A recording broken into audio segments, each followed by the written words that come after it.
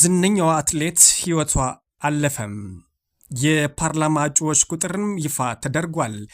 ሆቴሉ 600 ሺህ ብር እንዲቀጣ ተወስኗል። አዲስ አበባ ነዋሪዎቿን የመያዝ መጠን በፖሊሲ መታየት እንዳለበትም ተጠቁሟል።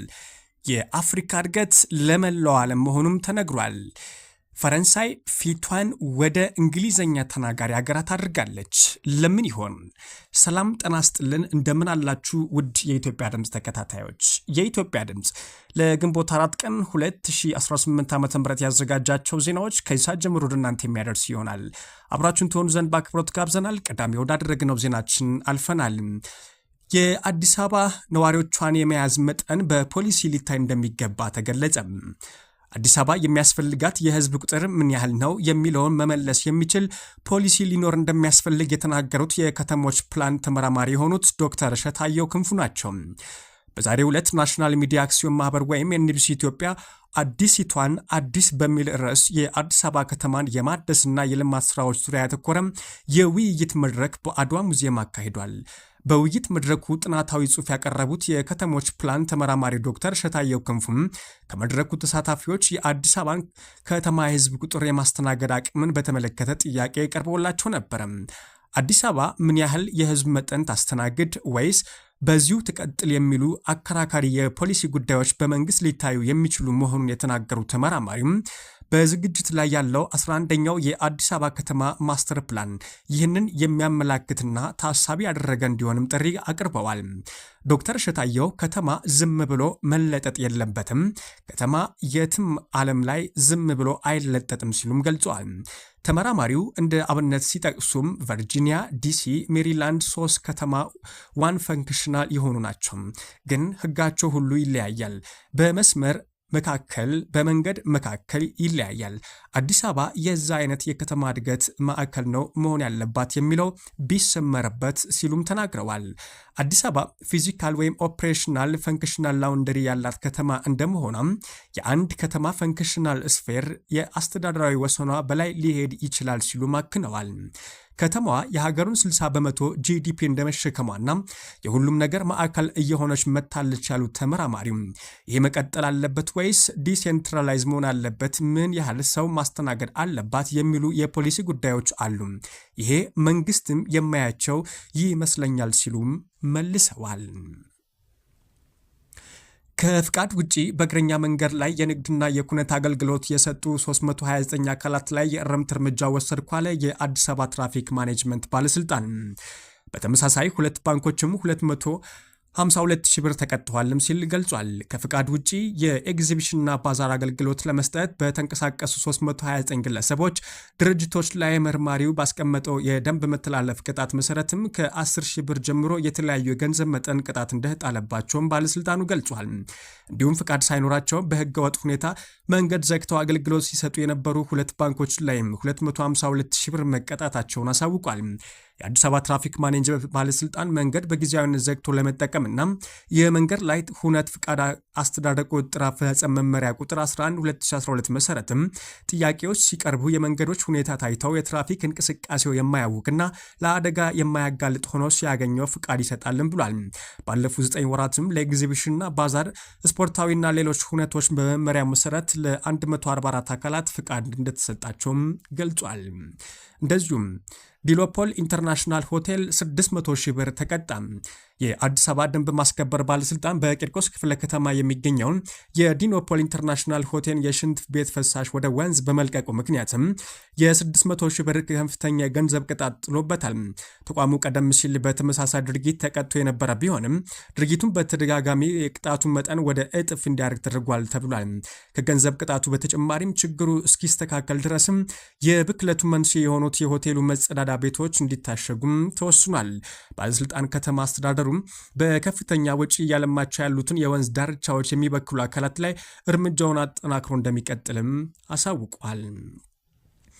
የፓርላማ እጩዎች ቁጥር ይፋ ተደርጓል። የሴቶች ውክልና አሁንም ከሩብ በታች መሆኑም ተነግሯል። ለሰባተኛው ጠቅላላ ምርጫ ለህዝብ ተወካዮች ምክር ቤት ከቀረቡ 2080 እጩዎች መካከል የሴቶች ቁጥር 23 በመቶ ብቻ መሆኑን የኢትዮጵያ ብሔራዊ ምርጫ ቦርድ አሳወቀ። ከቀረቡት 40 የፖለቲካ ፓርቲዎች ውስጥም 12ቱ አንድም ሴት እጩ ያላቀረቡም ሲሆን ይህም በፖለቲካው ረገድ የሴቶች ውክልና አሁንም ዝቅተኛ መሆኑን አመላክቷል ነው የተባለው። የወለኔ ህዝብ ዲሞክራሲያዊ ፓርቲና የሲዳማ አንድነት ፓርቲ ካቀረቡት አነስተኛ እጩዎች መካከልም አብዛኛዎቹ ሴቶች በማድረግ የተሻለ ድምፅ አሳይቷል። ከፍተኛ እጩ ካስመዘገቡ ግዙፍ ፓርቲዎች መካከል የብልጽግና ፓርቲ 43 በመቶ ሴቶች በማካተት ግንባር ቀደም ሆኗል ሲልም ምርጫ ቦርድ ባወጣው መግለጫ አሳውቋል። ቀጥለናል። አትሌቷ ዛሬ ማለዳ በጃን ሜዳ ልምምድ እየሰራች ወድቃ ህይወቷ አለፈ። ዝነኛዋ የረጅም ርቀት ሯጭ የብርጓል መለሰም ዛሬ ግንቦት 4 ቀን 2018 ዓ.ም ማለዳ በጃን ሜዳ ልምምድ እየሰራች ሳለ በድንገት ወድቃ ነው ህይወቷ ማለፏ የተሰማም። አስክሬኗ በአሁኑ ወቅትም ለምርመራ ወደ ሚኒሊክ ሆስፒታል እንደሚገኝም ታውቋል። እንደ አውሮፓውያን አቆጣጠር በ2015 በኮንጎ ብራዛቪል በተካሄደው የመላው አፍሪካ ጨዋታዎች ሀገሯን ወክሏ በግማሽ ማራቶን የነሐስ ሜዳሊያ ያመጣችው አትሌቷ በዛው ዓመት በአሜሪካ ቺካጎ ማራቶን ሁለተኛ በመውጣት ይታወሳል። በ2018 ደግሞ በቻይና ሻንጋይ ማራቶን በሆነ ጊዜ ከ3 ዓመታት በፊት በሀገሯ ልጅ ትዕግስት ቱፋ ተይዞ የነበረው የቦታው ሪከርድ በማሻሻልም ማሸነፏ የሚታወስ ነው። በ2022 በፖርቹጋል ሊዝበን ግማሽ ማራቶን 1 ሰዓት ከ07:18 ሰከንድ በሆነ ጊዜ የቦታውን ሪከርድ ሰብራ ማሸነፏም የሚታወስ ነው። ባለፈው ዓመት በተካሄደው የፍራንክፈርት ማራቶንም ሁለተኛ ወጥታም እንደነበረ ይታወሳል። የፊታችን ግንቦት 16 ቀን በካናዳ በሚካሄደው የኦታዋ ማራቶን ከሚሳተፉት 12 ሴት ኢትዮጵያውያን አትሌቶች መካከል አንዷ የነበረችው ጀግናዋ አትሌት የብርጓል መለሰም ለአሸናፊነት የሚረዳትን ጠንካራ ልምዷን በመስራት ላይ ሳለች ነው ዛሬ ማለዳ በድንገት ወድቃ ህይወቷ ያለፈውም ተብሏል። የብርጓል ባለትዳርና የሁለት ልጆች እናት የነበረች ሲሆን አስክሬኗ ነገ ጠዋት ወደ ቤተሰቦቿ ወሎ ሽኝት ይደረግላታልም ተብሏል። የኢትዮጵያ ድምፅ በአትሌቷ ህልፈተ ህይወት የተሰማውን ሐዘን እየገለጸ ለቤተሰቦቿ፣ ለአድናቂዎቿና ለመላው የኢትዮጵያ ህዝብ መጽናናትን ይመኛል። ወደ ውጭ ዜናዎቻችን አልፈናል።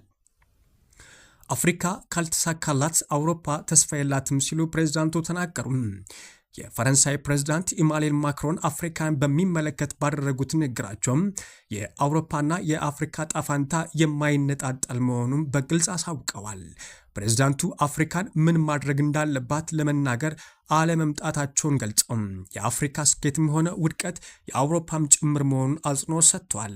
አፍሪካ ከወደቀች አውሮፓ ምንም እድል አይኖራትም፣ በመከራና በሁከት ትዋጣለች በማለት የአህጉሪቱ መረጋጋት ለዓለም ሰላም ያለውን ወሳኝነት አመላክቷል።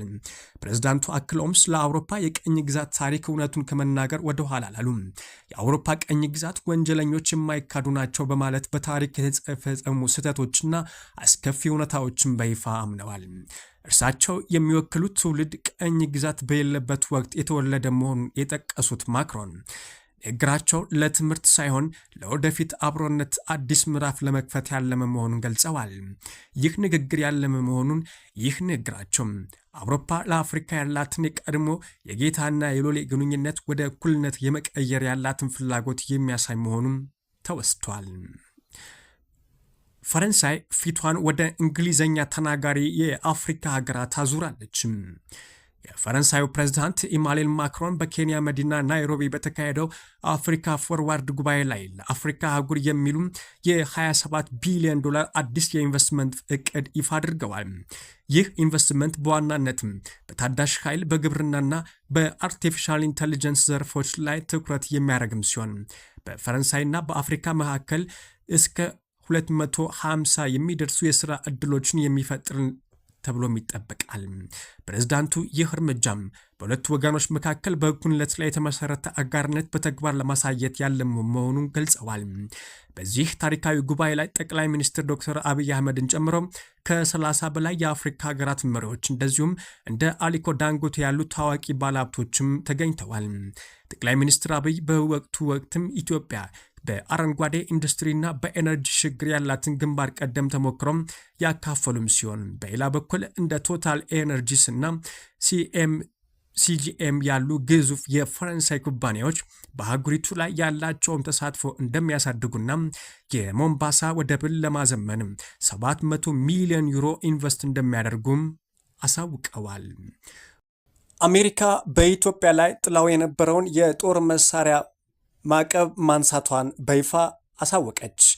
ይህንን ትልቅ የፖሊሲ ለውጥ ተከትሎ የአሜሪካ መከላከያ ንግድ ቁጥጥር ዳይሬክቶሬት በኢትዮጵያ ላይ ተግባራዊ ሲያደርገው የቆየውን በመርህ ደረጃ ውድቅ የማድረግ ፖሊሲ ሙሉ በሙሉ አንስቷል።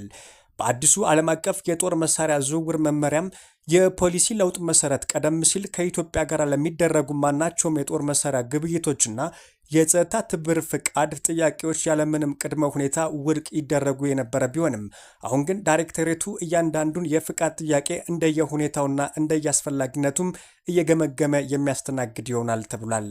ከዚሁ ጋር ተያይዞም በቅርቡ ይፋ በሚደረግ የሕግና የደንብ ማሻሻያም ኢትዮጵያ የጦር መሳሪያ ንግድ የተከለከለባቸው ሀገራት ዝርዝር ውስጥ ሙሉ በሙሉ እንድትወጣ ይደረጋል ተብሏል። ይህ እርምጃ አሜሪካ ከኢትዮጵያ ጋር ያላትን የዲፕሎማሲና የጸጥታ ትብብር ግንኙነት ወደ መደበኛ ሁኔታ ለመመለስ የወሰደችው ትልቅ ስትራቴጂካዊ ውሳኔ ነው ተብሏል። ውድ የኢትዮጵያ ድምፅ ተከታታዮች የኢትዮጵያ ድምፅ ለግንቦት 4 ቀን 2018 ዓ.ም ያዘጋጃቸው ዜናዎች እነኝን ይመስላሉ። ከዜናዎቻችን ጋር አብራችሁ ስለነበራችሁም ከልብ እናመሰግናለን።